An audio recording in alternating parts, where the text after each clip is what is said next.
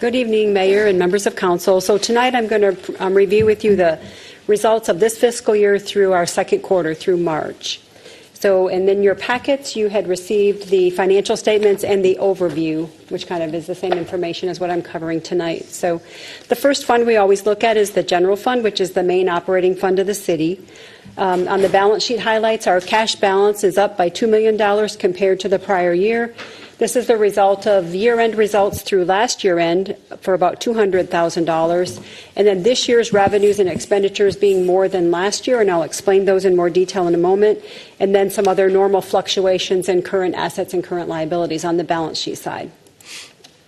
Our revenues, we always look at, the chart here shows you the revenues collected year to date for the fiscal year. Of course, our property taxes all come in before February 1st, hopefully.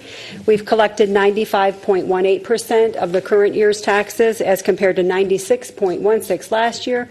We fully expect that that will level out and be about the same percentage collected as in the past for the property taxes. Gross receipts revenues are just slightly less. Sales tax slightly more by about $200,000, so that's good for the city.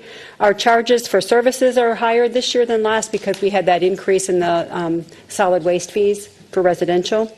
And then all other revenues are really very comparable to the prior year at this point in the year. On the general fund expenditure side, March is 50% of the year, so we always show you the line. Normally our spending takes place pretty even throughout the year. You can see that most areas are at or below 50%.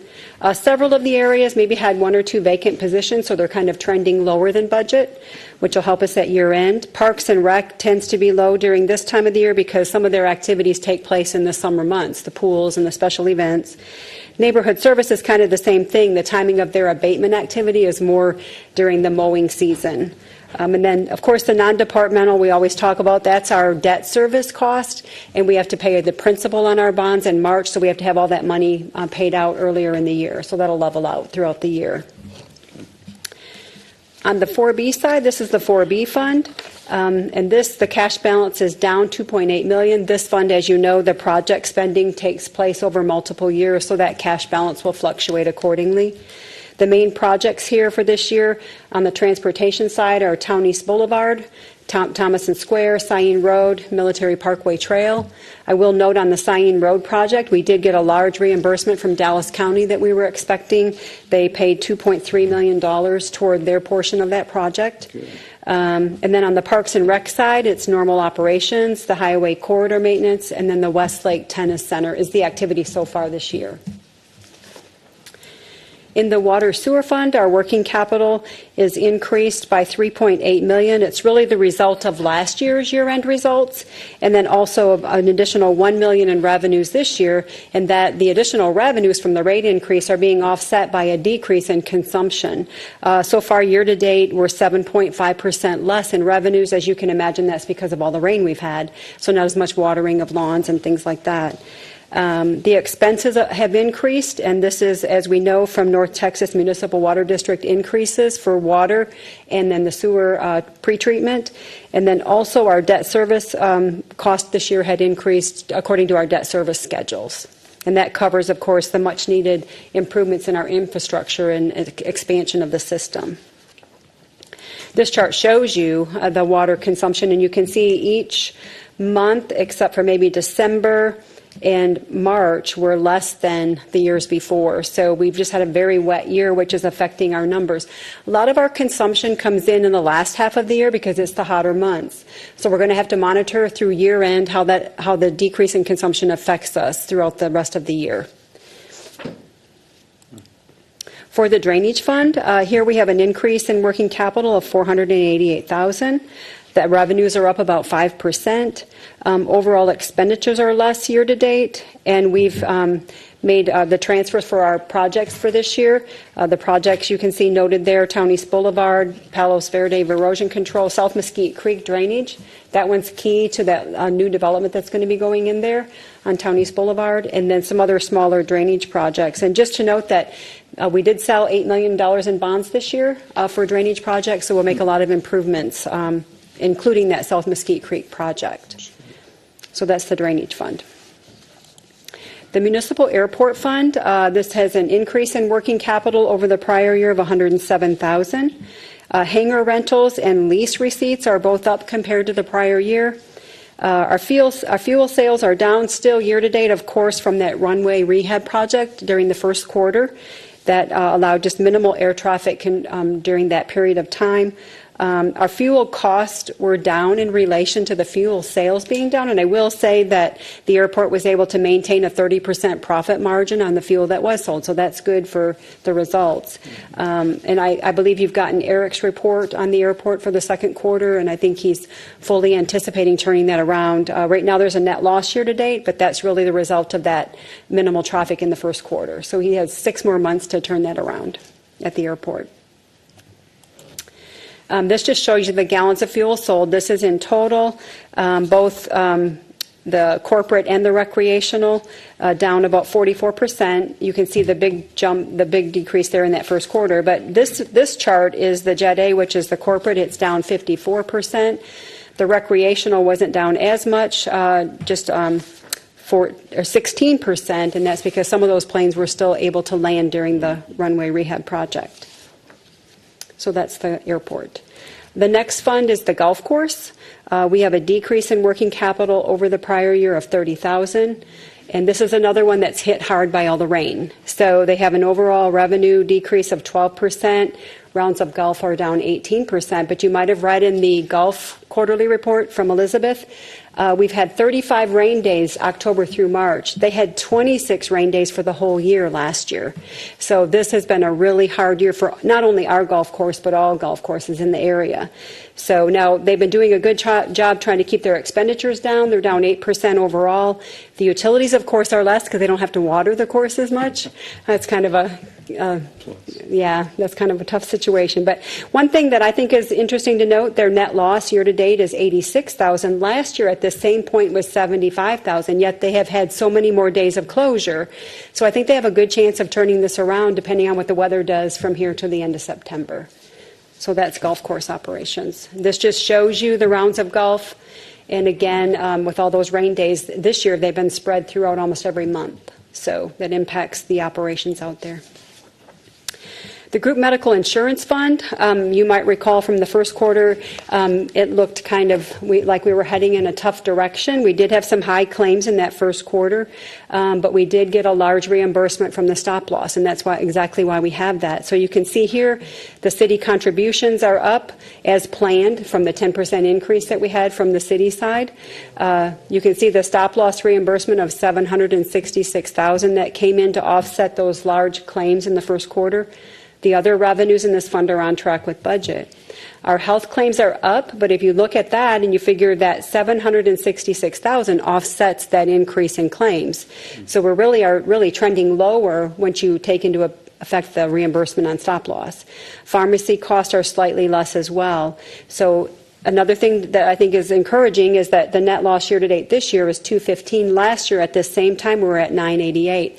We typically have a net loss in the first 2 quarters because when we get to the end of the calendar year, everybody's met their deductible. The claims costs are higher in those first 3 months of our fiscal year. It's the last 3 months of the plan year for the participants. So we're hoping that we're not going to have any large claims for the remainder of the year, and then we'll be able to end this fund in a good situation by the end of the year. Good.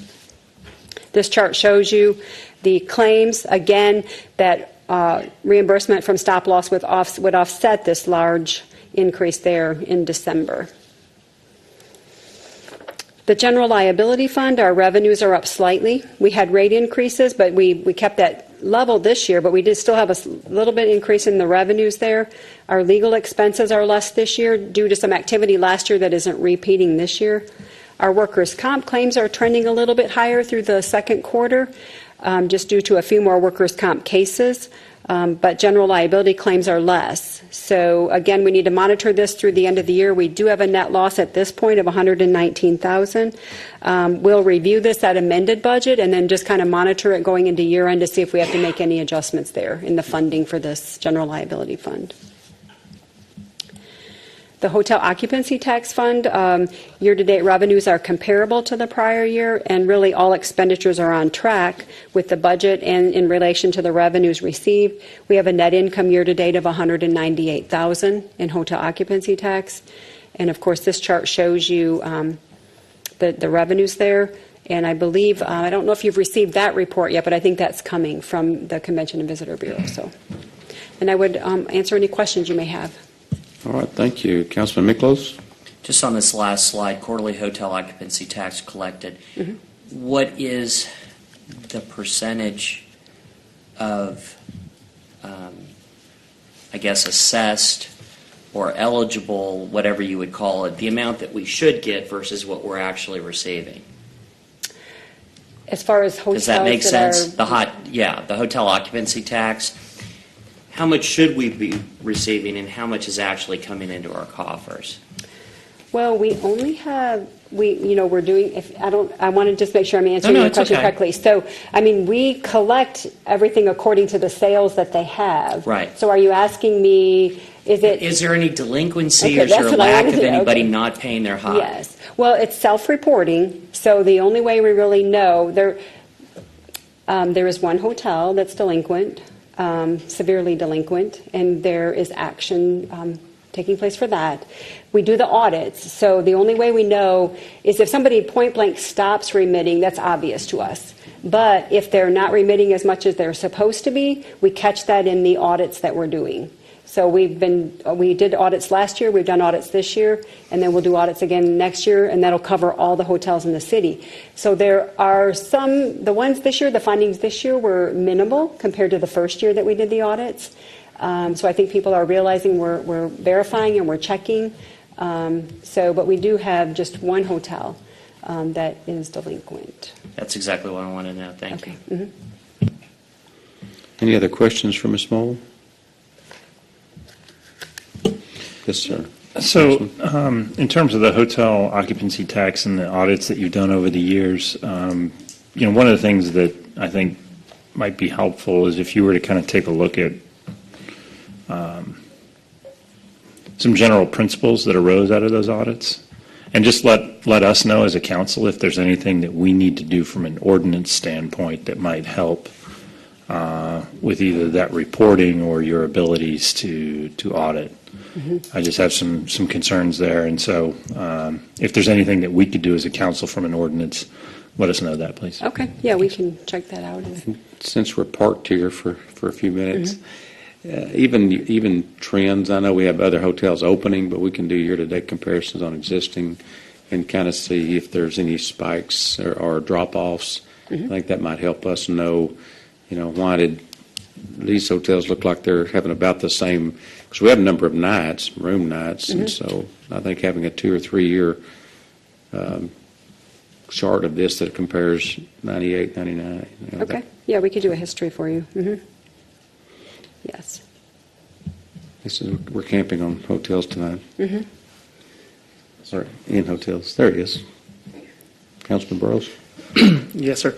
I just wanted to say, talking to Ronnie at the golf course, he's, I think our guys out there are doing a great job because talking to him with all the rain we've had, there's several other courses in the area that have actually shut down because they've had so much rain, it's completely shut them down.